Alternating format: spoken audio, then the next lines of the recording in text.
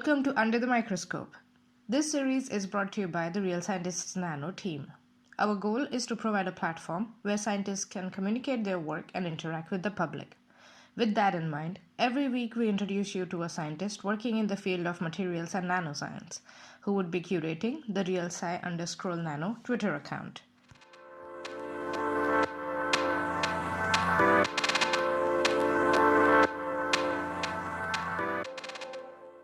Hi everyone. Today we have with us Nauman, who is a postdoctoral researcher at the Institute of Science and Technology in Austria. Hi Mohammed, how are you? I'm good. Thank you. Awesome. Let's take a deeper dive in getting to know you as a scientist and your research as well. So tell us about your scientific journey so far, or your career journey so far. Okay. Thank you for having me. I started my academic journey from a remote area at a small town in the northeast part of the province named Khyber Pakhtunkhwa in Pakistan. It's a village called Ziyarat Ka Kasib, and I did my early education, childhood, and then high school from the same area. And then I did my bachelor's from institute called Islamia College Peshawar. And then my master's from Comsets University in Islamabad. Then I got a PhD scholarship in South Korea, University named Gyeongbok National University. And I did PhD from there. Then I did 1 year postdoc at the same institute. And recently, from February 2021, I joined as a postdoctoral researcher in the Institute of Science and Technology, Austria. And yeah, the journey was this research journey actually started during my master's degree. Basically started from undergraduate, but as you know, undergraduate is a kind of preparation for starting your research career. And in masters, we start understanding all the terminologies and stuff associated with research. So I worked as a research associate in a joint PARC-US project on the magnetic hyperthermia. It was a technique that was introduced to treat cancer using magnetic nanoparticles. And this project was supported by Florida State University, USA, and Comsets University, Islamabad. So working as a research associate in this joint project for 1 year, my part was to synthesize magnetic nanoparticles and study their properties and check their suitability or assess these particles to be employed for the treatment of cancer. And we used to check different response of these nanoparticles, like the heating response, the magnetic response, how these properties changes with the size of the nanoparticles, and how it can help in curing cancer, which is cause of a large number of deaths annually, and which is a very, you can say, disease that take lives every year in a large number. Mm-hmm. Right. Wow. Yeah, you're right. It does. Well, first of all, quite a journey you've had, starting from a village in Pakistan, right? And then being a traveling scientist, going to South Korea, now being in Austria. Yeah. Did I miss any of the countries? No, you are. Yeah. Yeah, I didn't miss it. Awesome. Yeah. So this is quite an inspiring journey, I would say. And thank you very much for sharing it. And yeah, I hope that your current research is as fulfilling as the research that you mentioned with the cancer treatment, or was it drug delivery? It was synthesis of nanoparticles. You know, nanoparticles are considered a zero-dimensional object. So basically, I started my research from there. It was quite interesting. Right. But then at some stage, I felt to jump to 2 dimensions or 3 dimensions from 0 Mm. dimensions.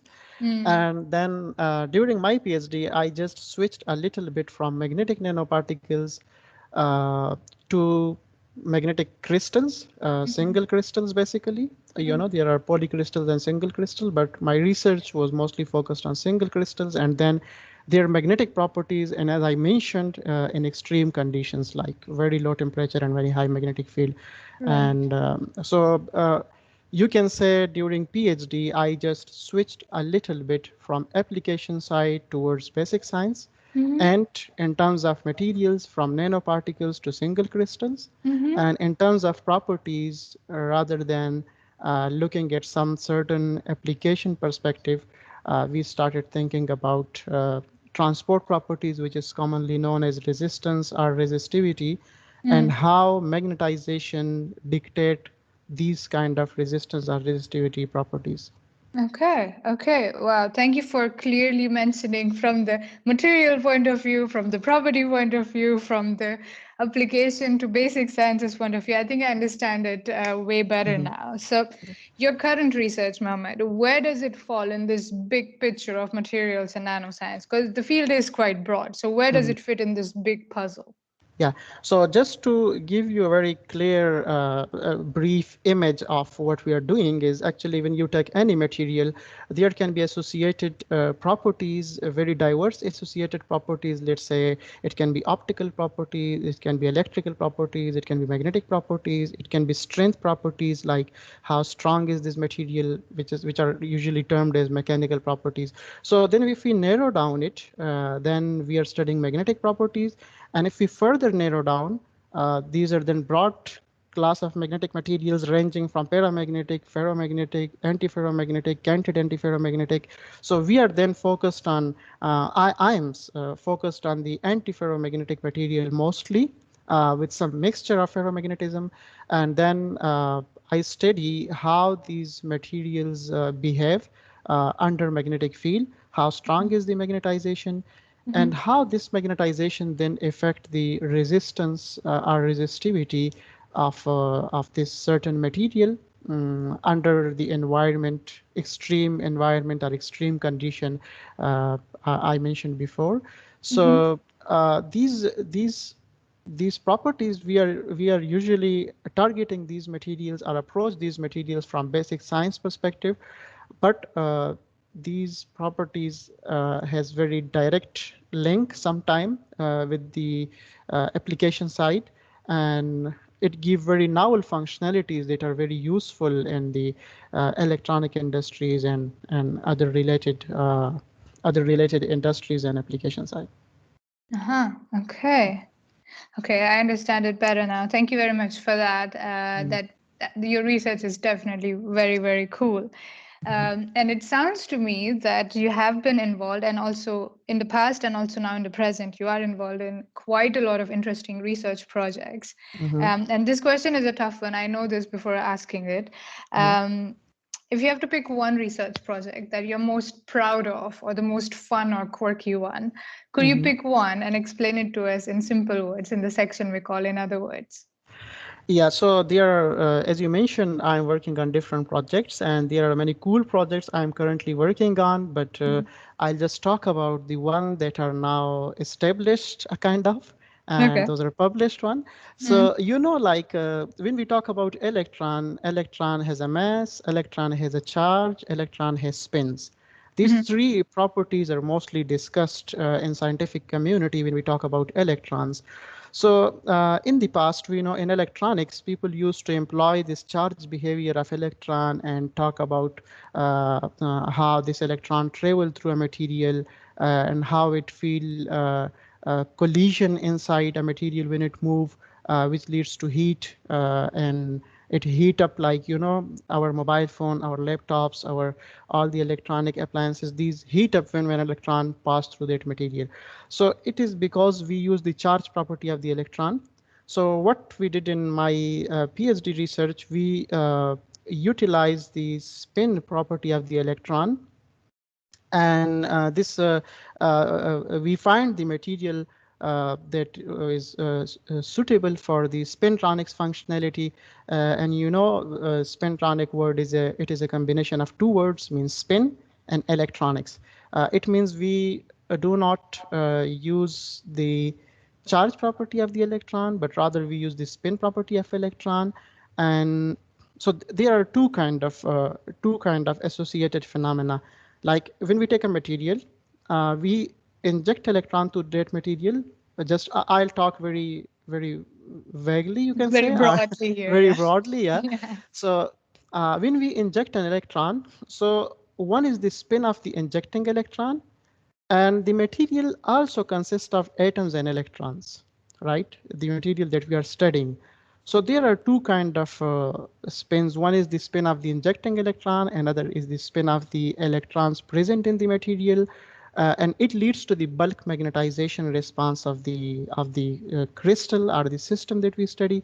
So we found during my PhD that when we align the spin of the electrons in the material in the same orientation in the incoming electron spin, then the resistance of the material reduces. But Oh. if the alignment of the spins of the two electrons are not perfectly aligned, then it leads to high resistance. So that was very interesting correlation between the magnetic properties and the transport properties or resistance of the electrons. And we usually term these properties in magnetotransport. Because why we call it magnetotransport? Because magnetism basically dictate the transport, which is resistivity or resistance in the material. So that was very fascinating and interesting. And uh, we found a certain material called strontium iridate. We found that that material is suitable for such spintronics functionality because we can manipulate the spin R ring in the crystal, and we can turn on and turn off the current using that functionality. Wow, that sounds cool. And just probably a very naive question here. All this is happening at temperatures below 300 Kelvin, below so 0 Kelvin, close to 0 Kelvin. Yeah, so what I studied is it was almost at 60 Kelvin. It was a little above the 60 It was Kelvin, too above the hot. best temperature. It was Yeah. too hot. So, Yeah. but that was very fascinating, like to look how the magnetization is linked with this transport and how it dictates in this material. Right. And yeah. Right. That sounds really cool. I hope this work is also published so people can read it, and you will talk about it when you're tweeting from the Real Scientist Nano Twitter account. Yeah, sure. This work, the first one, first we tried to study how is the magnetization of this material and how magnetization changes when we change the direction inside the material. You know the common term anisotropy. Anisotropy refers to the directional dependency of the properties. So the anisotropy can be in the magnetic properties. It can be in the electrical properties. It can be in terms of strain, but we were focusing on magnetic anisotropy. It means like it was easy to magnetize our system along the A axis or B axis in a crystal, but it was hard along C axis. So it was first part, and we found that which axis is basically the easy axis in the crystal, and that work was published in Physical Review B. Then next step was to employ this magnetic anisotropy and look how it changes the transport. So then the further advancement in this work was published in Advanced Materials, and the title was the antiferromagnetic based spintronics functionality.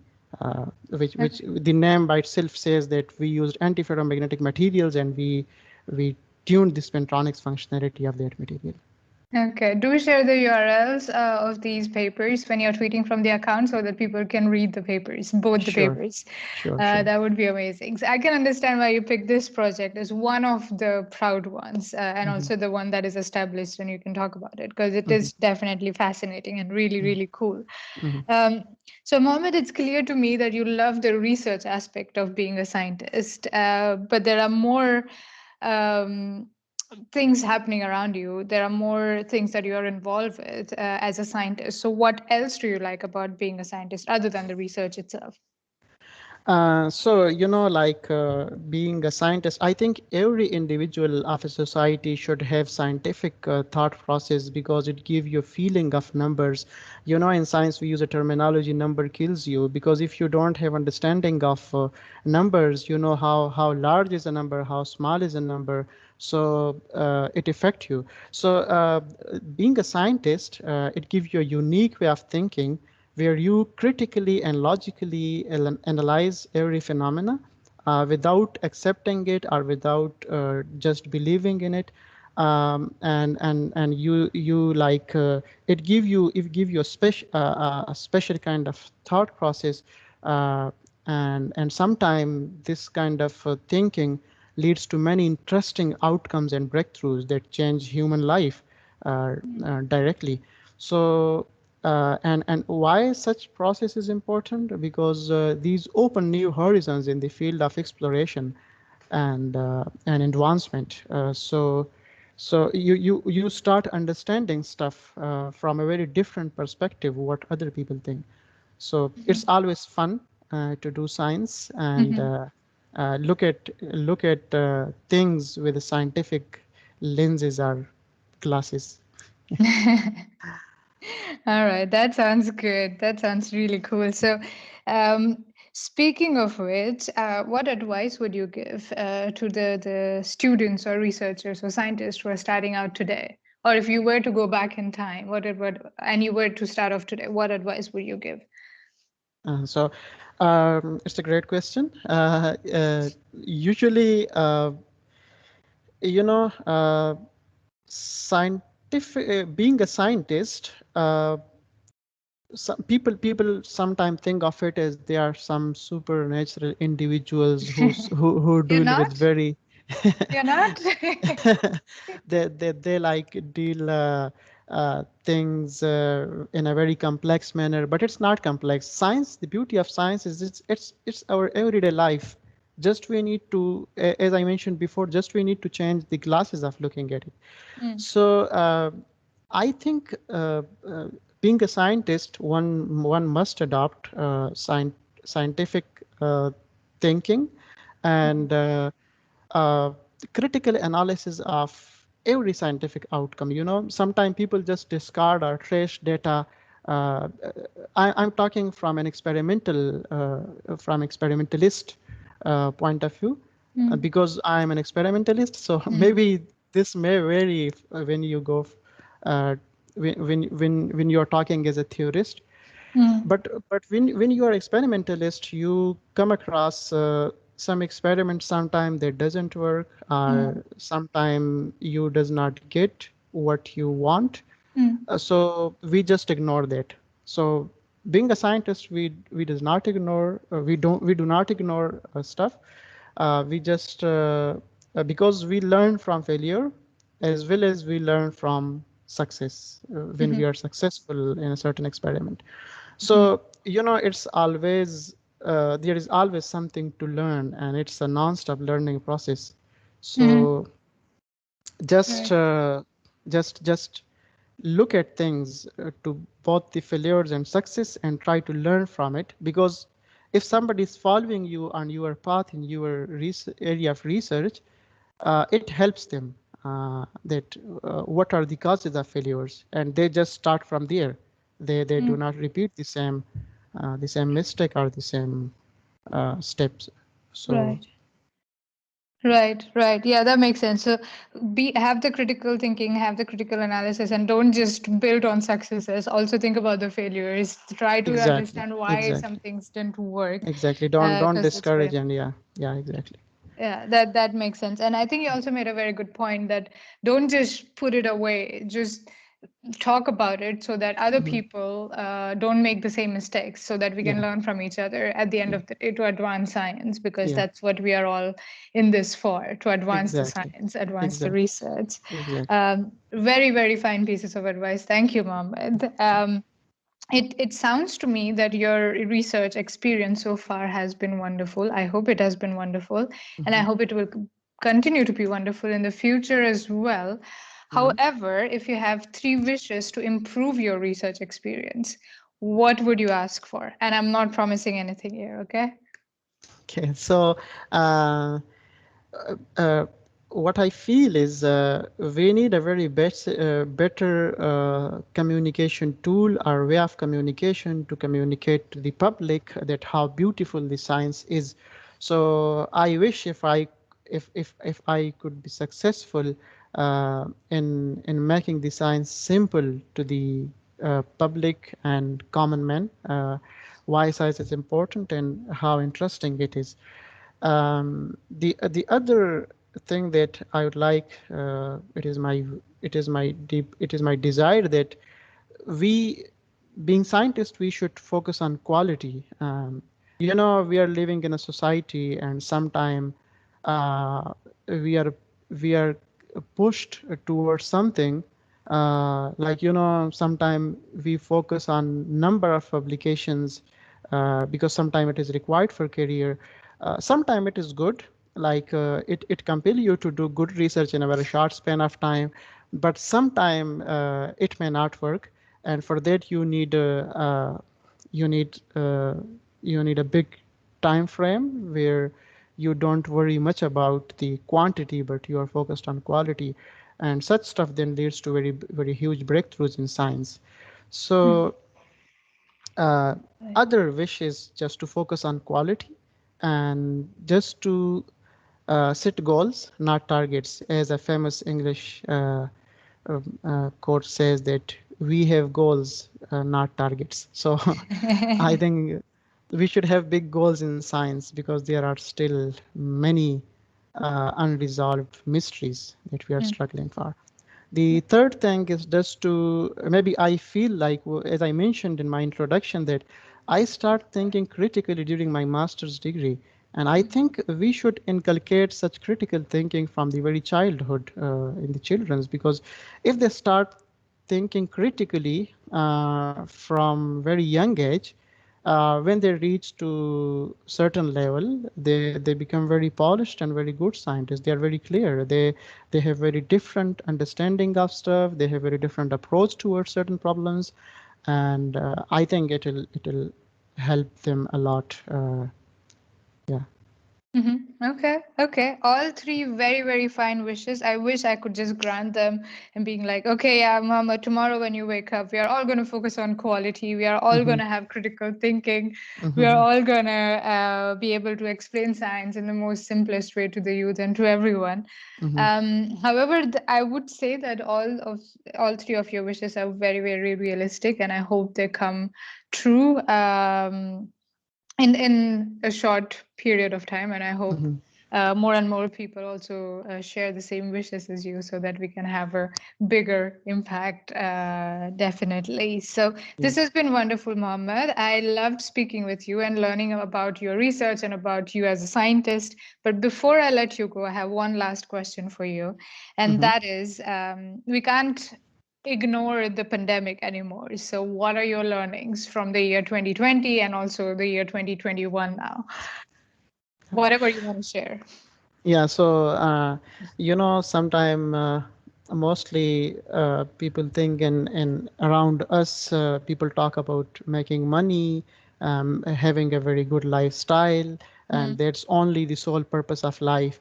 So 2020 taught us, every individual, that only money is not something that will save humans from any natural, uh, uh, you can say, catastrophes or maybe natural phenomena that occurs and it affect humans directly.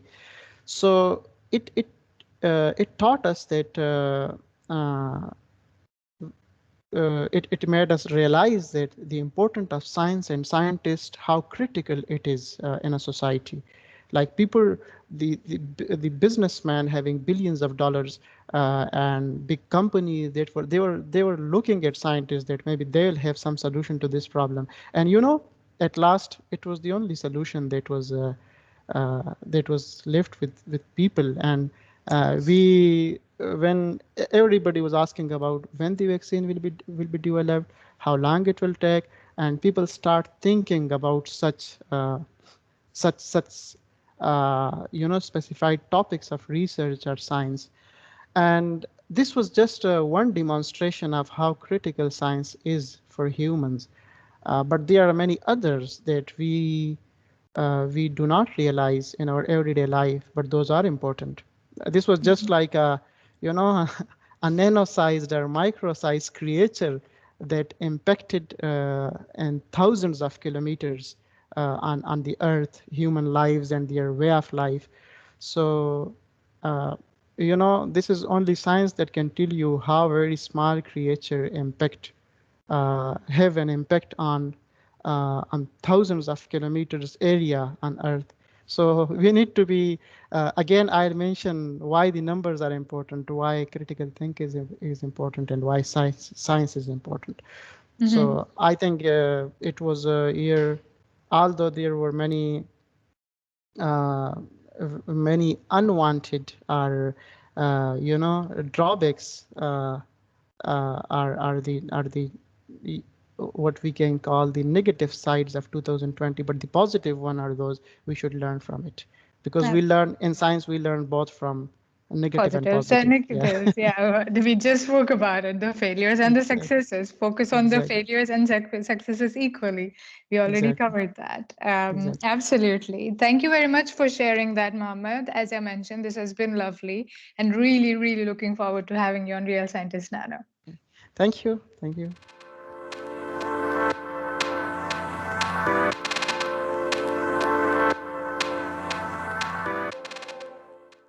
Thank you for listening. To know more about us, please visit our website realscientistsnano.org and follow us on Twitter at realsci_nano.